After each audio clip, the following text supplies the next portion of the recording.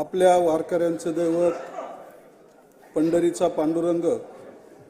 संतश्रेष्ठ ज्ञानेश्वर माऊली जगद्गुरु संत तुकाराम महाराज,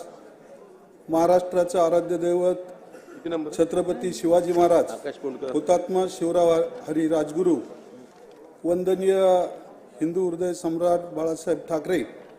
यांना नतमस्तक होऊन मी बाबाजी कमल रामचंद्र काळे